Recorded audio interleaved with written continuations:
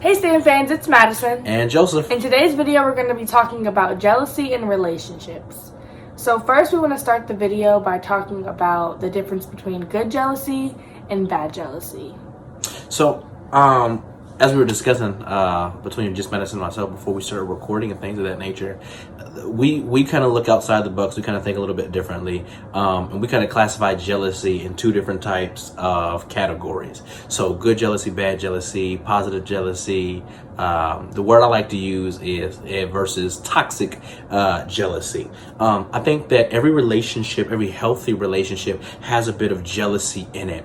When you're brand new into a relationship, you're fresh into a relationship, and you don't really have much that's kind of like invested into the relationship. So like we just got together, or we've only been dating for like a week, a month, or whatever it is, right? And I'm still trying to get to know you, or you're still trying to get to know me, right? There's no really real investment or real tie into that whatsoever. So you could pretty much do whatever, and while it would suck, right, I really wouldn't lose any sleep over it, or the common Joe really wouldn't lose any much sleep over it, because I mean, we just got together. I really don't know you all like that, so my heart, my all really isn't into it totally, because like I said, we're still getting to know each other.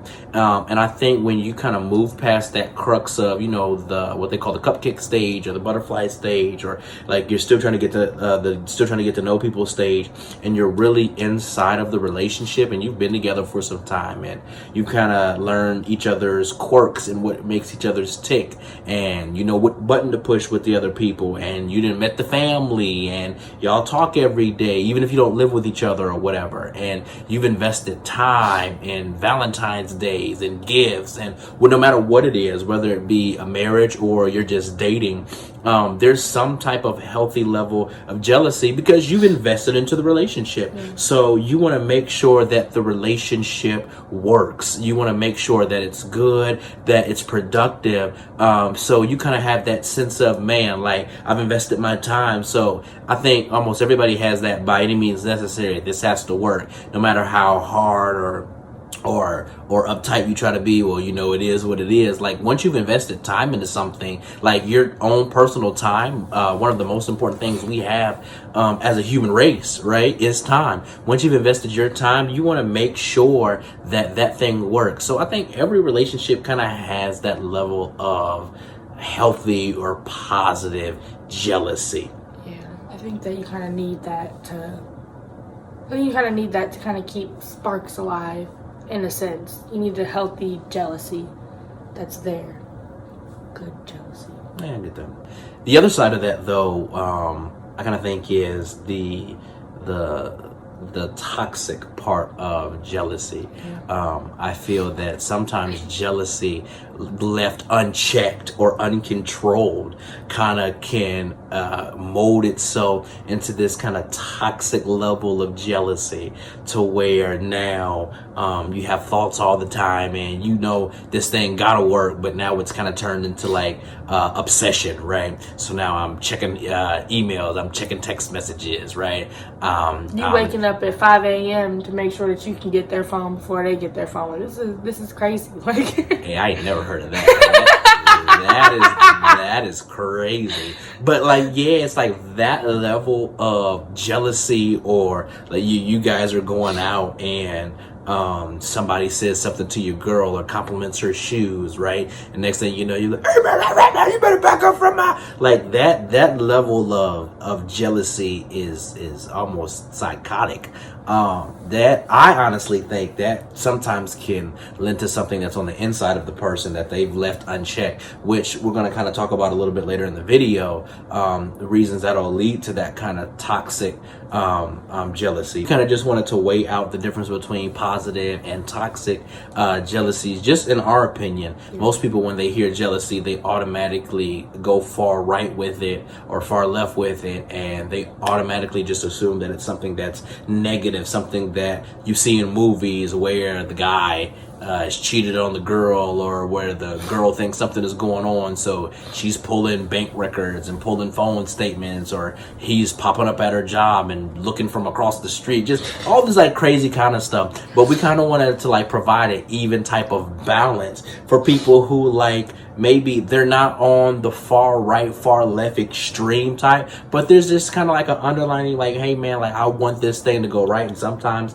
like there's nothing wrong with that. That just means that, like, man, I'm invested into this. I put time into this. I want this thing to work. And I think that's a healthy type of way to look at it. But I think what we want to kind of talk about today is maybe from the aspect of making sure that we're not all the way right, dealing with that kind of negative or toxic jealousy, or maybe dealing with jealousy before it gets to that level. And also kind of just like our experiences and what we've learned about us dealing with our jealousy and how we dealt with it and how we took care of it, kind of.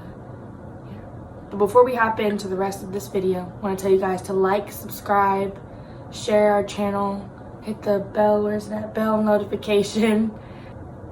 So the first thing that we learned in our relationship when dealing with jealousy is that you really can't take it personally. There has been a few times, or just maybe like, not necessarily like just times, but there's been points where we'll go somewhere, we'll be doing something, and a waiter will come up to talk to Joseph, or we'll be like at the zoo and he'll be buying like food for us, and they'll just talk for like 100 minutes. And to me, that's just who he is. But to me, I'm just like, okay, well. Sidebar here, when she says waiter, she means waitress. I ain't right here. I am a boy. You are not in prison anymore, David. Yeah, I'm just like, oh no, honey, you're gonna have to.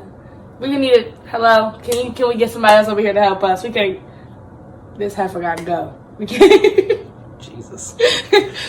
But no, seriously, I feel like that's just who he is. So you can't take it personally, like, oh no, like we're breaking up. This is it. You got his ring back. You could drop me off somewhere else. Like, it's not that big of a deal. And like, you need to just make sure that you better check yourself before you wreck yourself. It's not that big of a deal. You need to make sure that you're not taking something that's not that big of a deal and then making it that big of a deal. Yeah, my grandmother, she used to say all the time, just make sure that you're not turning anthill or a molehill into a mountain. And I think sometimes with jealousy we do that. Sometimes we'll take a normal situation, or we'll see something, for instance, when we might go out, or we used to go out to the movies or out to eat or to the zoo or whatever, and I'm just as you guys can see now, I'm just a talker, so it's just natural for me to talk. I'll talk and talk and talk and talk and talk until someone will tell me to shut up. And if I get engaged in a conversation with someone else who just so happens to be a talker, we've written a book by the time that we've gone on to do anything else. And for Madison, who is very much, contrary to popular belief, like an introvert, to where she don't really need to have a conversation with everybody. And to me, where I'm really an extrovert, where I can talk to anybody and everybody at any given point in time, that to her kind of rubbed her the wrong way. And it took her a while, I think, to kind of learn, like, hey, let me chill and not take it personally, because I mean, at the end of the day, sometimes she would be upset, and moments would go by, and we would go to the house, or the next day would happen, or the next week would happen, and she's holding on to that. And I have no idea that she's upset that I was talking to Barbara at Red Lobster, or I was talking to Margaret at the zoo. And to me, it was extremely innocent. To Madison, it might be something that, like, why are you having this conversation that long? And it's different things for different people. Like, for us, it's the conversation wise, right? And for another relationship, it can be the way that someone talks on the phone, or the way that someone texts, or the way that someone interacts and have nicknames for people. The way that someone looks. Like, it just really varies from relationship to relationship. But you also need to make sure that you're expressing yourself. You're expressing how you feel. You're telling another person, like, hey, maybe not in the moment, but maybe like when you get home, or when maybe you're not around so many people or whatever, like, hey, this is how I felt about this.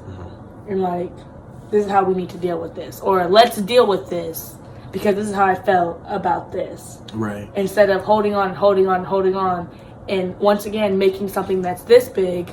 It's not Right.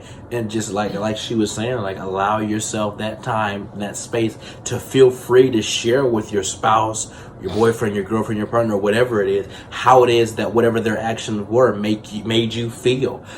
We have a friend, a couple, who they're friends of ours, and I'm not going to say he or her, but one person in the relationship, they have the habit whenever they talk to somebody else, they'll say sweetie or honey or baby or things of that nature, and they don't mean anything by it. It's just because they were raised by their grandparent, their grandmother. So that's how their grandmother talked, and that was kind of like rubbed off onto them. And it was causing their significant other to kind of feel some type of way, because for them those were intimate words. Those are words that you only use when you're in a relationship, and it was kind of like an unbalance for a very long period of time, because on one end the other person is just being who they are. On the other end, the other person feels disrespected and insulted because hey, you're saying X, Y, and Z to whoever it is that you're saying it to, and I take it offensive. So that's why, like you were saying, it's very important that you feel free and open, and you make sure you create a relationship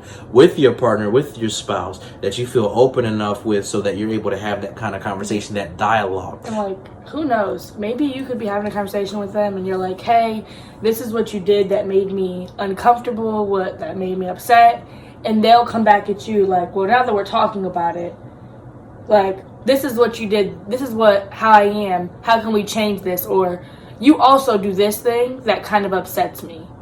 And I feel like that's kind of a space to create a conversation to try to fix whatever it is that's kind of pushing and pulling jealousy back and forth in the relationship. I think it's key that in those moments you it always doesn't have to be like right after something has happened.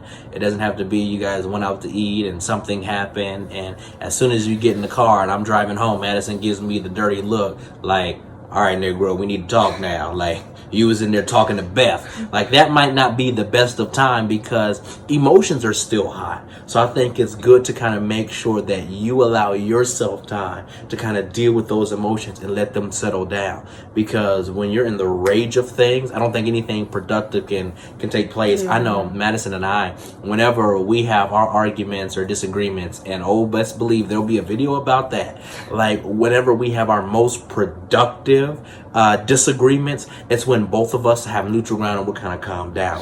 But the moment where somebody is escalated and elevated and their emotions are kind of all over the place, that causes the other person's emotions to kind of be all over the place, because they feel attacked. So if Madison comes at me sideways, now all of a sudden I feel attacked, and now I feel like I have to defend, and vice versa. And I kind of feel like that's just a natural instinct for human beings anywhere. If somebody comes at you sideways, our first inclination is to kind of tense up and to kind of push back on that. I was at work a couple of weeks ago, sitting in my boss's office for a training, and he did something that was so key. I kind of want to share it with them.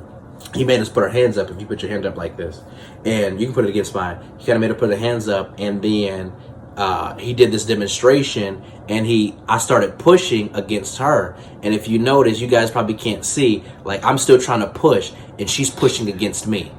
It's just a natural inclination. You can put your hand out. It's just a natural inclination. The moment where I started pushing against her, she started pushing back against me. And that's the same thing in our relationships when we're expressing our feelings. If we start pushing against somebody in a real aggressive way, that person's going to start pushing back harder to try to stop what it is that you're doing. So I think it's so key when we have those moments, just to make sure that the environment is conducive to make sure that we're able to share our feelings with our spouse. I also think another thing is if I'm sharing my feelings with you, you need to be open to like listening and making sure that you're understanding what I'm saying, opposed to being on the defense and like not necessarily you're being attacked, but if I'm saying something, well, now that we're talking about this, I'm going to tell you this and this and this and this and this.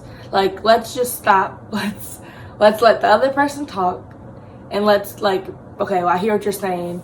How can we fix it? I hear what you're saying. Let's try to see what we can do to change this. I hear what you're saying. I'll change this to make you feel more comfortable. I hear what you're saying. I didn't understand that I was doing this.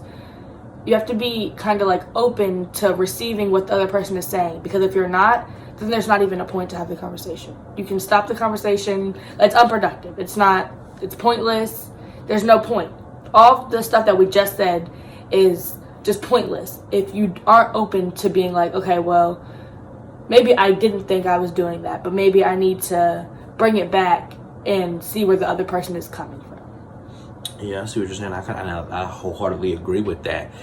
In that moment, so if Madison is sharing something with me that I've done to kind of offend her, that's not the time for me to say, well, that chicken that you made last night while we were talking about it was dry. And I hate your toes. Like, it's just, that's not the moment to kind of... You have something you want to say to me? I just said it. The moment to kind of air out the how you feel and things like that. Well, since you bringing stuff up and another thing, like, that's kind of not that moment. So I kind of agree. You have to make sure that when your significant other is sharing with you, you make sure that you're in a space to receive what it is that they're saying. Now, here's the flip side to it. Something that Madison and I have started, I think, in the past week and a half. If you're not in the space to receive it, do not involve yourself in that conversation. If you're not in the space to receive it, you have to cultivate your relationship enough to say, listen, I want to hear what it is that you have to say, but I'm not in the mindset right now to have that conversation, or I'm not in the mindset right now to kind of deal with that. And that'll be tough at first, because sometimes she'll want to say something to me and she just got to get off her chest, and I'm not in the space to hear it. And if I say like, hey, just not right now, I just need to, and wording is everything. I just can't deal with it right now. Just give me a second. We can talk about it at whatever time that is, and set those expectations. Like, hey, not right now. Can we talk about it in about an hour? We can have the conversation. I just have to get some stuff off of me. Like, just not right now. And developing that relationship so that when she hears that, she just, no, we need to talk right god dang now. Like, just cultivating. Go ahead. I'm sorry. No, you're fine. And I think another thing is, like, one of the things that's really helped me, and like, it's kind of like, I don't know, it's kind of weird, stupid, I guess, I don't know. If I like have to say something right then and there, the best thing that it's going to be to do is to be like, okay, well, let me just pull out my phone and I'm just going to put it in my notes. For one, you aren't telling anybody else your business. You don't have to worry about he said, she said, I told Barbara, Bobby, and Jamie everything that's going on in my marriage and my life. And two, now when you come back to it, you can kind of sit down and be like, okay, this is what it was, opposed to this is what it was, but now I'm also mad that we did this, and this before we could talk about this. And this has happened. Wow. I went downstairs and there's clothes on the floor. Like, this is what I was mad about, and this is what I wrote down. So this is what we're going to focus on. That's key. If something else happened, then we need to pick another time. That is key. To talk about that. Yeah, you better come on and pour into your husband. I think that is so key, because that allows you to keep the main thing the main thing. Yeah. Like, whatever it is that bothered you, and I think I'm gonna start doing. I'm gonna try that. Like, whatever it is that that's bothering me in that moment, maybe kind of put it in my notes. So that way, when we're able to have that conversation, I'm not deviating. And another thing, and another thing, and your breath stink. Like, and pick up them clothes off the floor. And I think that'll kind of help in the relationship and the conversation totally. Just like we were saying, just keeping the main thing the main thing. I think that is the point of the day. If we had anything, that's the point of the day. I love that. So yeah, just making sure that you're open to receive that and keeping the main thing the main thing. That's awesome. Okay, so I think that one of the other main things that we want to talk about is making sure, and this is kind of, I think, not for me and my personal, but I think like when I'm thinking about jealousy, this is what I think about. This is what it brings it back to, like, overall, is making sure that you're not being jealous from past hurt, from past damage that's been done to you. It could be past relationships. Who knows? It could have been past friendships. It could have been, honestly, anything. But making sure that you're not bringing that in to something new. Because if we're together now, but we were in a relationship 5 years ago, and 5 years ago the person, I don't know, cheated with another guy that played baseball, and every time we go to a baseball game, we're just like, You are really looking at the baseball players. Like, it's just, you have to make sure that, and also, once again, everybody's not the same. Every person's not the same. Every guy's not the same. Every girl's not the same. So, and also, another thing is, if you're not healed from something that happened to you, then maybe, like, you don't need to be in the relationship that you're in now. Maybe you need to take a second for yourself and make sure that you heal yourself now before you hurt somebody else. Yeah, like that is huge. So there's a quote that says, hurt people hurt people. And it's so simple. Hurt people hurt people.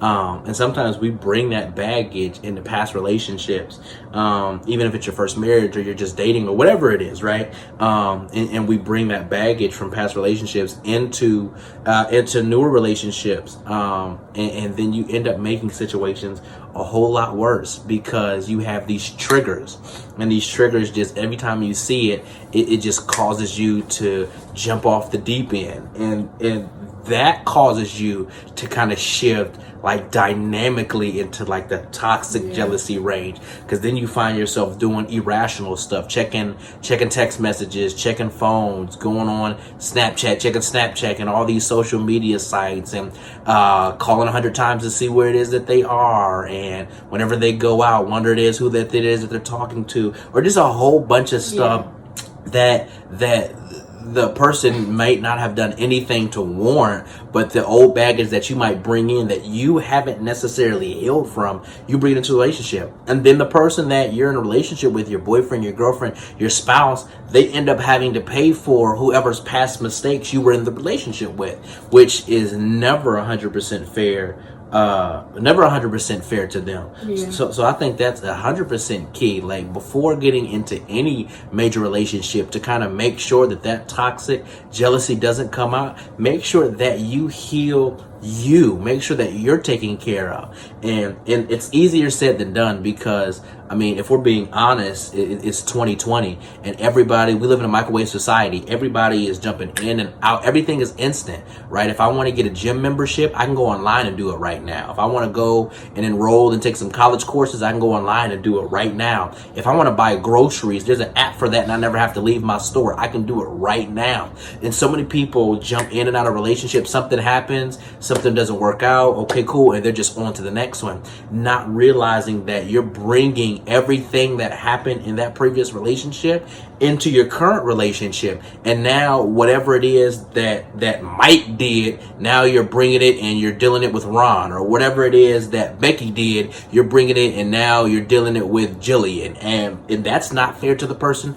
that you're in the relationship with. And now you end up doing more damage, and now they have trust issues. They might start to get jealous. They have damage. You're damaging them. Yeah, you're It's not fair. It's not right. and I think it become this circle or cycle that happens. Like we were saying, hurt people hurt people. So I think that's kind of the main scope of what we wanted to kind of talk about with dealing with jealousy, and how we kind of choose to deal with jealousy in our relationships, and the advice we would have to give.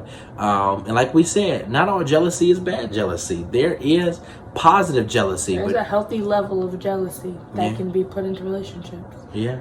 But we hope you guys enjoyed this video. That's going to be all. Like, subscribe, hit the bell notifications for when we upload. Hit the bell notifications for when we upload. Share our channel. We really want to try to help somebody out. We really want to try to help somebody out. We really hope that you guys took this information and it helps you in your relationships. I think that's all. That's everything. We out.